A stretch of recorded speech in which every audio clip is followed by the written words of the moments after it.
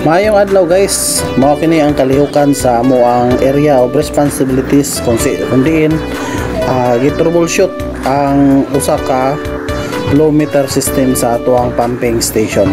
So matag pumping station guys, naa na siya flow meter nga gibutang para mahibalan unsay konsumo, pilay konsumo sa tubig nga ilabay niya dito sa padulong sa supply system.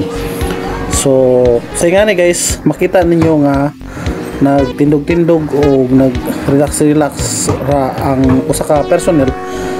Dili na to ingnon nga siya wala nagpakabana siya sa trabaho tungod kay nganong nag-relax na siya, wala ta kabalo kung unsa iyang trabaho. So kanang trabaho guys, tungod kay ang duha naglihok, ang isa gatindog-tindog kanang nakapula. So lahi na siya trabaho sa duha, nag-assist na siya para sa ilang trabaho.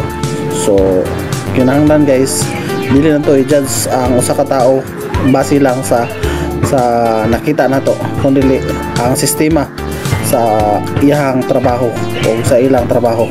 So as part sa inani nga pagpanarbaho guys, dili na to malikayan nga daghan yun ang makakita nga mingon, oy wala may trabaho na isa, nagsigir man na siya kuan-kuan tindog-tindog, kuan-kuan sa kamot. Pero in the line of duty guys, dili niya pwede trabahoon ang trabaho nga nakatask o naka-assign sa laing personnel, tungod kay dili man siya pwede mo trabahoan na kay foul man siya guys.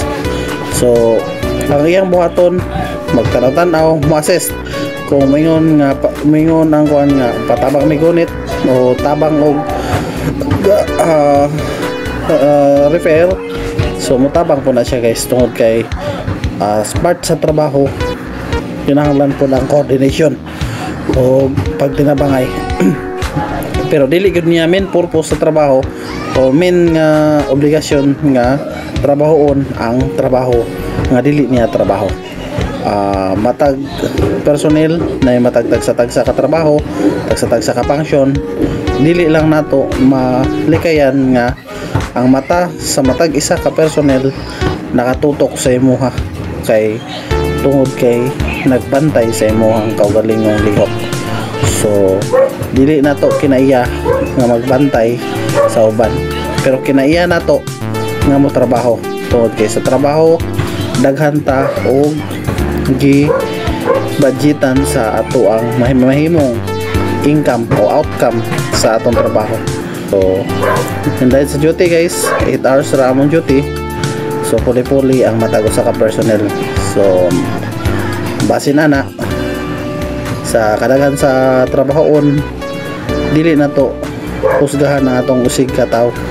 Mahingon man tag kana siya gatindog-tindog, kana siya ga lingkod-lingkod, pero wala ta kabalo guys nga perti na niyang hagua, tungod kay gitrabaho niya ang iyang trabaho.